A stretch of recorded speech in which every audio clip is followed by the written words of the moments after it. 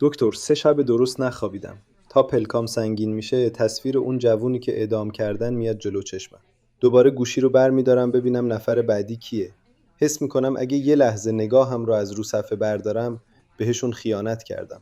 انگار اگه نبینم شریک جرم قاتلا شدم. بذار برات بگم آشویتس کجا بود. جایی که اسم، لباس و هویتت رو دم در میگرفتن و تبدیل میشدی به یه شماره. تنها چیزی که دور ما بود سیمهای خارداری بود که برق فشار قوی داشت. من اونجا مردایی رو دیدم که شب تا صبح زل می‌زدن به این سیمهای خاردار. فکر می‌کردم با این نگاه کردن دارن با ما همدردی می‌کنن. ولی صبح که میشد اونا اولین کسایی بودن که از پا در می‌اومدن. میدونی چرا؟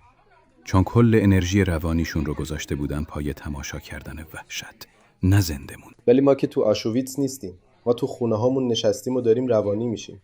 یعنی میگی بی تفاوت باشم؟ یعنی صدای فریاد هموطنم رو بشنوم و سرمو بکنم زیر برف تا خودم راحت بخوابم؟ بی تفاوتی یعنی بی‌حس بودن. ولی چیزی که تو داری تجربه می‌کنی اسمش ترومای نیابتیه. وقتی 10 بار صحنه مرگ یه آدم رو می‌بینی، مغزت نمی‌فهمه که تو پشت گوشی هستی. فکر می‌کنه تو هم زیر تیغی. بدنت قفل می‌کنه. یادت باشه پسرم، یه سرباز افسرده و فلج به درد آزادی نمی‌خوره. تو با دیدن این فیلم‌ها شمشیرت رو تیز نمی‌کنی. داری روحت رو کند می‌کنی. خب پس ما تو بنبستیم. اگه ببینیم دق میکنیم، اگه نبینیم از عذاب وجدان میمیریم. واقعا راه سومی هست که بشه وسط این جهنم زندگی کرد ولی تبدیل به جنازه نشد. آره، راه سومی هست. بذار از تجربه خودم بگم. یه روز وقتی پاهام تو برف و گل یخ زده بود و از درد داشتم بیهوش می شدم، یه بازی روانی با خودم شروع کردم. چشمامو بستم و تصور کردم توی سالن گرم و روشن تو وین ایستادم و دارم برای دانشجوها سخنرانی می کنم. دقیقاً داشتم همین لحظه دردناک رو براشون توضیح می دادم. با این کار روحم رو از وسط اون برف کشیدم بیرون و پرتاب کردم به آینده. تو هم وقتی اون ویدیوها رو می بینید برق نشو. خودت رو ببین که 10 سال دیگه نشستی و داری برای بچه‌ت تعریف می‌کنی که چطور از این روزهای سیاه رد شدی. این یعنی فاصله گذاری. این تنها راهیه که دیوونه نشی.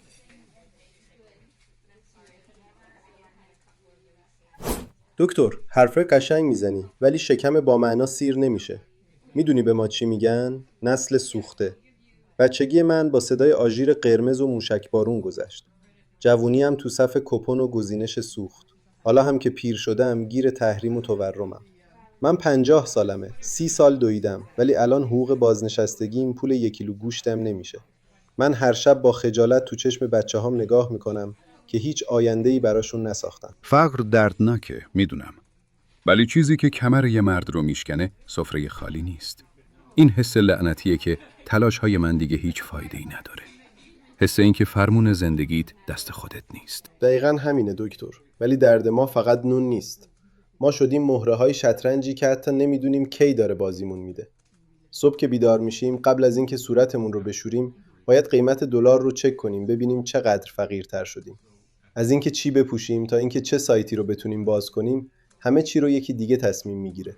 ما فقط تماشاچی بدبخت سقوط زندگیمونیم که توی قوطی کبریت گیر افتادیم. تو روانشناسی به این میگیم درماندگی آموخته شده. وقتی به یه موجود زنده مدام شوک بدن و نتونه فرار کنه، بعد یه مدت حتی اگه در قفس رو باز کنن، همونجا میشینه و شوک رو تحمل میکنه. چون باور کرده که نمیشه. دیکتاتوری همینو میخواد. میخواد تو باور کنی قربانی مطلقی. تا حتی تو خونه خودت هم افسرده باشی. چون یه جامعه افسرده خطرناک نیست، ولی یه جامعه امیدوار خطرناک. خب چی؟ یعنی من اگه تو خونم به گلدونا آب بدم یا لباس مرتب بپوشم دلار میاد پایین؟ اینا خودگول زدن نیست؟ نه، اسمش خودگول زدن نیست. تو اردوگاه یه قانون ننوشته داشتیم. هر روز صورتت رو بتراش. حتی اگه مجبوری با یه تیکه شیشه شکسته این کارو بکنی. حتی اگه مجبوری نون شبت رو بدی تا اون شیشه رو بگیری. چرا؟ چون نازی‌ها کسایی که رنگ پریده و کثیف بودن رو میفرستادن اتاق گاز. من هر روز صورتم رو با شیشه میتراشیدم تا سرخی خون بیاد زیر پوستم. این کار غذا رو زیاد نمی‌کرد، ولی به من یادآوری می‌کرد من هنوز جنازه نیستم. من هنوز آدمم. نظم خونه تو همون شیشه شکسته منه.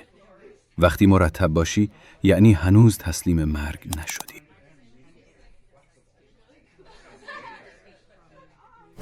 دکتر، فقط ما نیستیم که اینجا میسوزیم. میلیون ها ایرانی که رفتن بیرون هم حالشون خوش نیست. جسمشون تو برلین و تورنتو و لندنه، ولی روحشون هنوز تو خیابون ولیعصر سرگردونه.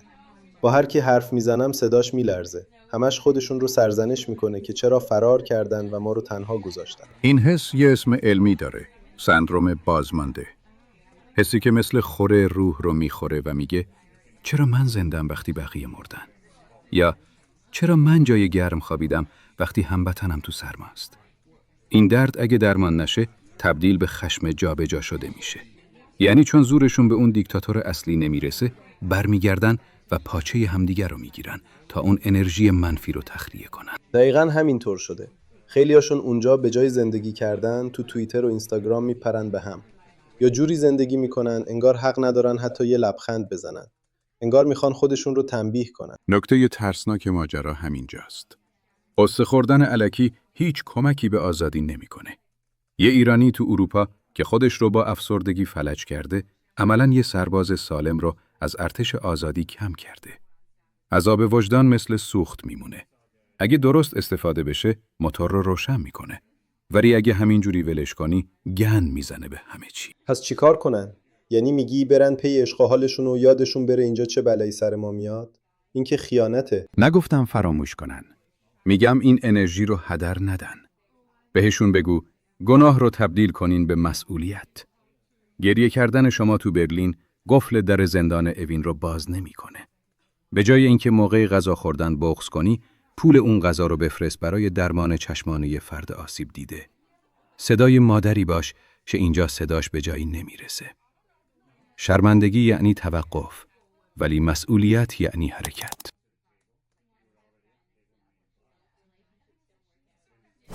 دکتر، همه اینا درست، ولی تهش چی؟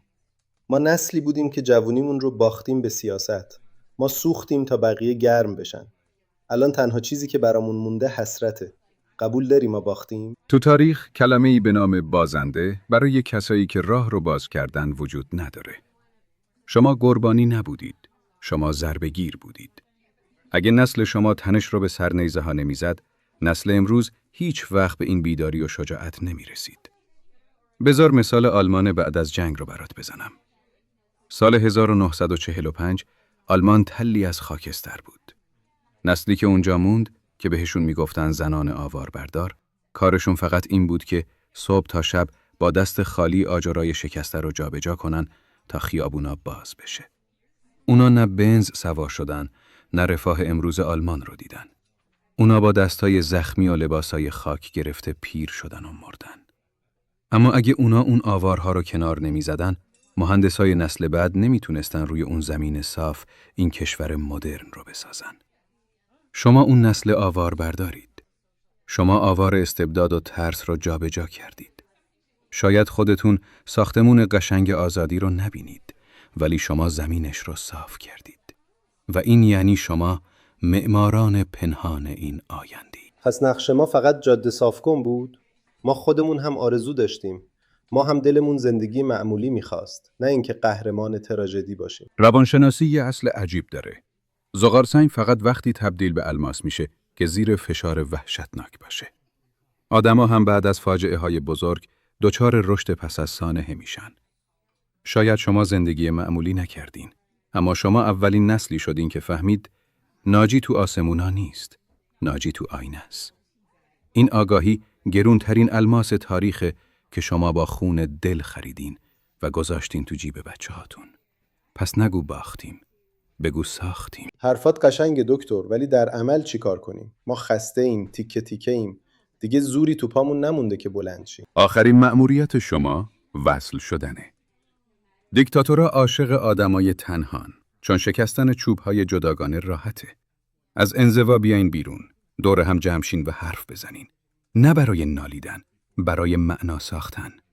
شما ققنوسید و ققنوس برای اینکه دوباره متولد بشه چاره‌ای جز سوختن نداشت. حالا وقت پروازه، نه وقت زاری کردن رو خاکستر.